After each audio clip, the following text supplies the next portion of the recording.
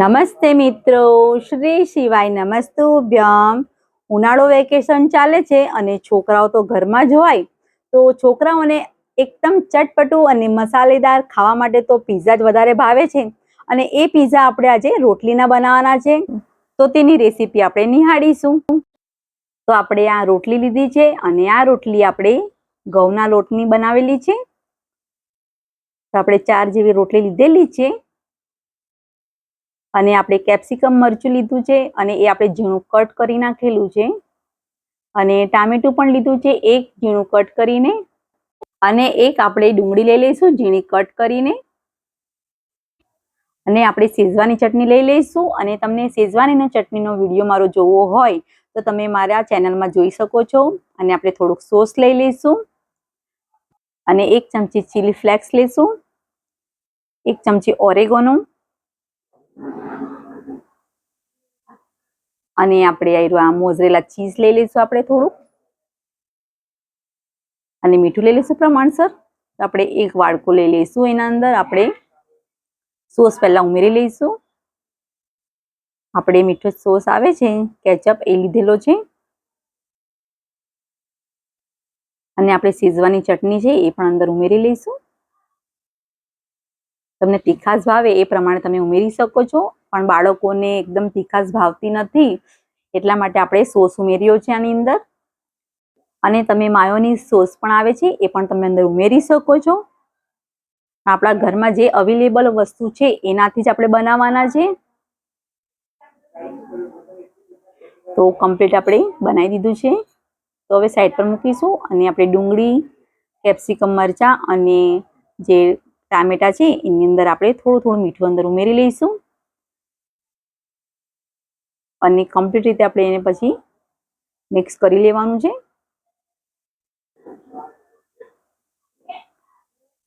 અને ચમચીની મદદથી આપણે બરાબર કમ્પ્લીટ બધું મિક્સ કરી લઈશું. અને એવી રીતે આપણે કેપ્સિકમ મરચાં પણ હલાવી લઈશું બરાબર.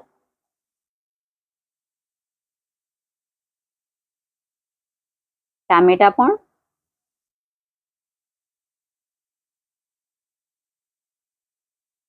તો આપણે બધું કમ્પ્લીટ આપણે બધું હલાવી લીધું છે. તો હવે આપણે રોટલી લઈ લઈશું. અને જે સોસ કર્યો છે રેડી એ આપણે અંદર લગાવી લઈશું આવી રીતે.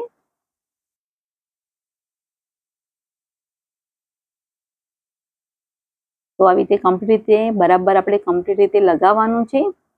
એક જગ્યા પણ ખાલી ના રહે એ હિસાબે આપણે લગાવીશું. આખી રોટલીને બરાબર લગાવવાનું છે, કિનારી પર પણ. અને એની અંદર સાઈડ પર આપણે ડુંગળી લઈ લઈશું. આપણે ત્રિકોણ કરીએ એ હિસાબે આપણે અંદર ઉમેરીશું બરાબર.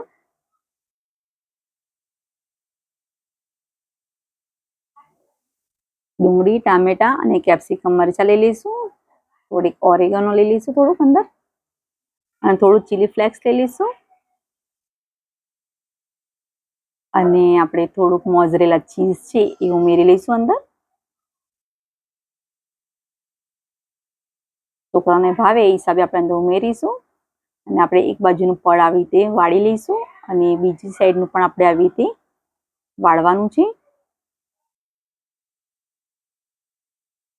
તો કમ્પ્લીટ રીતે આપણે વાળી લીધું છે. અને આપણે નીચેનો ભાગ આવી રીતે આપણે કમ્પ્લીટ રીતે વાળી લેવાનો છે. તો તમે જોઈ શકો છો આવી રીતે આપણે કમ્પ્લીટ રીતે વાળી લીધું છે. અને એની ઉપર આપણે થોડુંક પાછું આપણે સોસ લગાવી લઈશું. જેથી છોકરાઓને એકદમ ટેસ્ટી લાગશે ખાવામાં પણ. અને એમ જ લાગશે કે પીઝા ખાઈએ છીએ. અને એની ઉપર થોડીક પાછી ડુંગળી ઉમેરી લઈશું.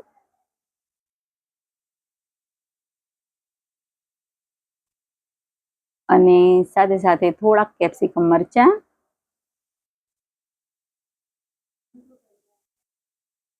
અને ટામેટા પણ લઈ લઈશું.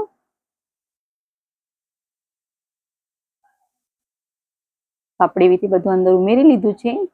સાથે સાથે આપણે મોઝરેલા ચીઝ પણ અંદર ઉમેરી લઈશું.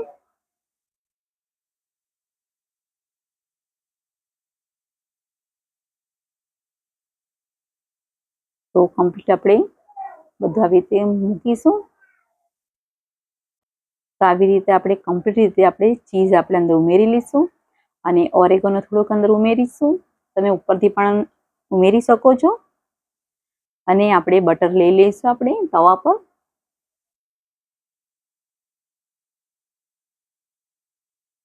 અને કમ્પ્લીટ રીતે આપણે બરાબર એને ફેલાવી લેવાનું છે, જેથી ખાવામાં એકદમ ટેસ્ટી લાગશે. અને એવી રીતે આપણે રોટલી અંદર ઉમેરીશું અને આપણે એની અંદર ઢાંકણું ઢાંકવાનું છે. આવી રીતે પણ ઢાંકણું એકદમ નાનું છે, તો આપણે એને સેટ કરતા વાર લાગશે. તો આપણે એને કાઢી લઈશું. તો આપણે ઢાંકણું કાઢી લઈશું અને આપણે મોટી સાઈઝનું ઢાંકણું અંદર ઉમેરીશું. તો આપણે 5-10 મિનિટ માટે થવા દઈશું. તો 5-10 મિનિટ થઈ ગઈ છે.